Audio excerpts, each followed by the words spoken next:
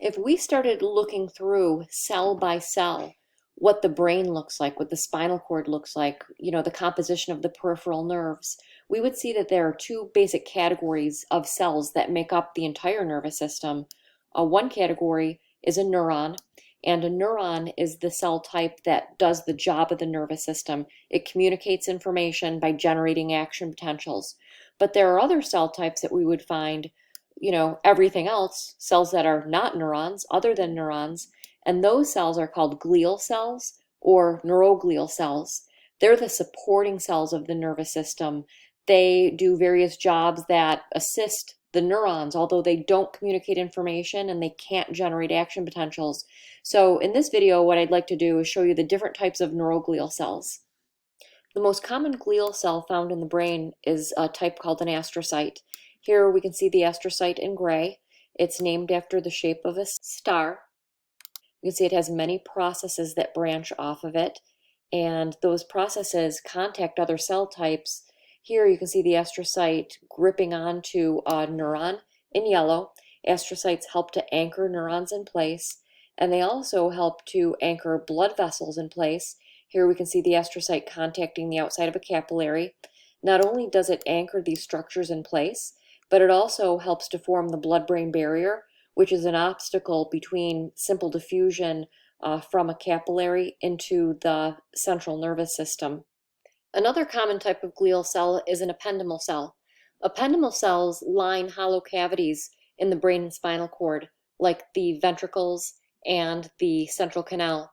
The basal surface of ependymal cells have little root-like extensions, and the apical surface of ependymal cells contains cilia that circulate cerebrospinal fluid that fills the ventricles in the central canal. In addition to lining those hollow cavities and circulating the cerebrospinal fluid, the ependymal cells help to produce the cerebrospinal fluid that fills those cavities.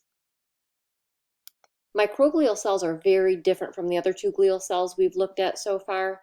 They are found in the brain, and they're derived from white blood cells, a type of white blood cell called a monocyte. So microglial cells, like monocytes, can actually move around brain tissue, and they phagocytize anything that's foreign, cellular debris, pathogens, that kind of thing. So given that the brain does not have free exchange with the blood due to the blood-brain barrier, this is like a functional immune system type of cell that's found right in the brain.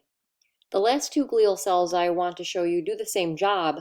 They myelinate axons. They just do it in two different locations.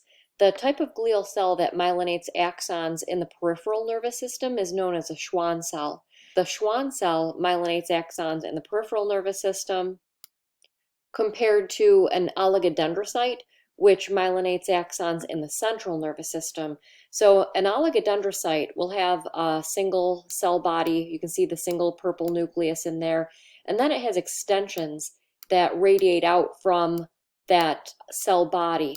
And those extensions are connected to, I'm going to pretend we're unrolling one here, kind of like pancake-like flippers.